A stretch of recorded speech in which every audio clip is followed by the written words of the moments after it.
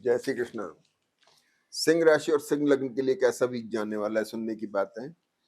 सबसे बड़ी चीज तो क्या है, राहु और केतु की उपस्थिति आपकी जन्म पत्री में बड़ी इंपॉर्टेंट है। अभी तक राहु वृषभ नवांश में थे, अब मेष नवांश में है।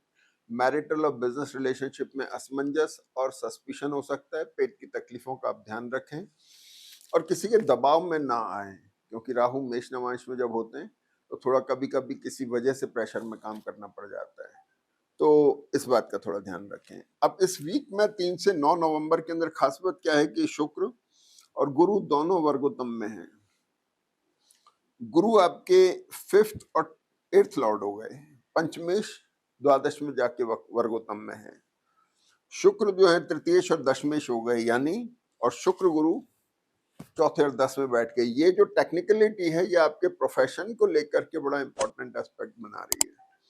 कामकाज को लेकर विशेष तौर पे आपको ध्यान रखना है और ये बहुत अच्छा साइन है। अगर आपकी जन्म पत्री की दशाएं मदद कर रही हैं तो वक्त वास्तव में बहुत अच्छा जाने वाला है। सबसे इंपॉर्टेंट बात क्या है कि जैसे 3 तारीख लगती है, चंद्रमा मीन राशि के अंदर है, गुरु से दृष्ट होकर के बड़े एक्सप्लोरिंग मोड में है। 12th लॉर्ड जब एक्सप्लोरिंग होता है तो आपका इमेज बनती है, आपका अपलिफ्टमेंट हो रहा है, आप उठ रहे हैं, उठाव आ रहा है आपके अंदर। तो एक बड़ा अच्छा कॉम्बिनेशन हो गया।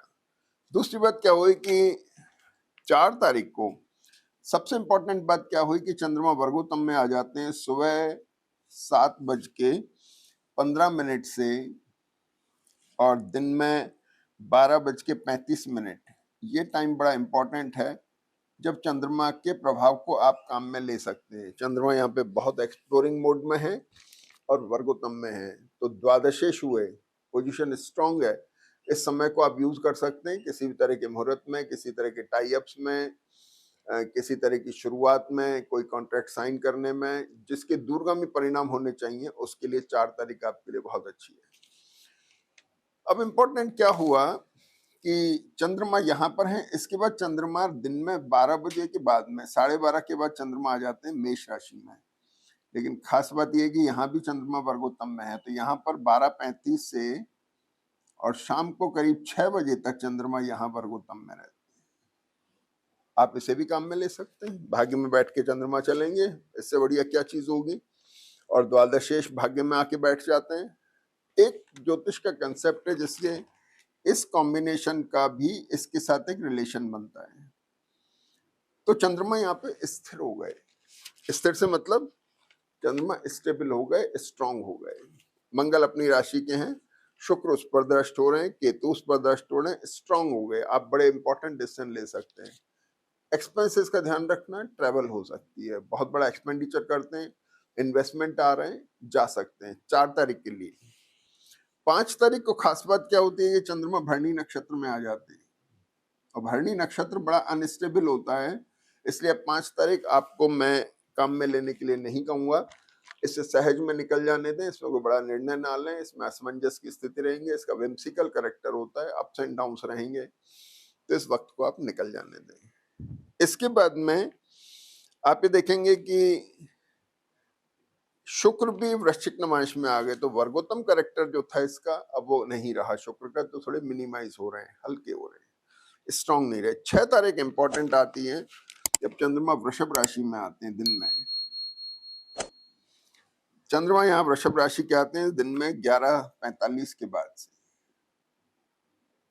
अब दिन के बाद से चंद्रमा वृषभ राशि में उच्च की राशि होती है, सो भी वर्गोत्तम में। और इस राशि का जो रिलेशन है, तो शुक्र की अपने ही स्थान पे दृष्टि मान के चलेंगे। मंगल भी हैं, बुध भी हैं, शनि भी हैं।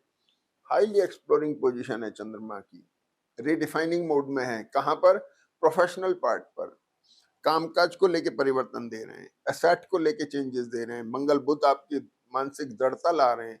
5 तारीख को जो अनस्टेबिलिटी थी, 6 को खत्म हो रही है, फिर से डिसाइसिव हो रहे हैं, फिर से काम करने में उन्मुख हो रहे हैं। अब होता यह है कि चंद्रमा आपके 7 तारीख को, इंपॉर्टेंट बात क्या है, 7 तारीख को सुबह 8 बजे से 8:45 मान लें और दिन में 2 बजे तक ये चंद्रमा फिर वर्गोत्तम में है। इसे फिर आप काम में ले सकते हैं, यानी आपके पास टाइम आता है 7 तारीख को, यानी 4 और 7 2 तारीखें इस वीक में आपको बहुत अच्छी मिल रही हैं। तो इसे भी आप किसी अच्छी मुहूर्त की शुरुआत में किसी में काम में ले सकते हैं।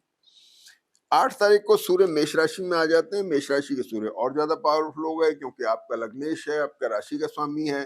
तो मेष के सूर्य आने के बाद आपको और अच्छी रिकॉग्निशन दे रहे हैं। अगर आप गवर्नमेंट सेक्टर में हैं या कॉर्पोरेट सेक्टर में, तो आपके लिए और ज्यादा फायदेमंद है और ये आपको मददगार है बहुत ज्यादा। और 8 तारीख को फिर चंद्रमा मिथुन राशि में आते हैं और ये बहुत कमाल की एक पोजीशन दोबारा से बनती है जब इस पर राहु और मंगल की दृष्टि है। तो कुल मिलाकर के चंद्रमा पूरे वीक में सिवाय 5 तारीख को छोड़ करके स्ट्रांग मोड में है, और चंद्रमा जब बली होते हैं तो ये सब साधन साध्य होते हैं। इसलिए आपको इस वीक का पूरा फायदा उठाना चाहिए। आपके ग्रह बड़े मजबूत हैं और मेरी आपको शुभकामनाएं। अगर जन्म पत्ती की दशाएं अच्छी हैं तो ये वीक निश्चित अच्छा जाएगा। जय श्री कृष्ण।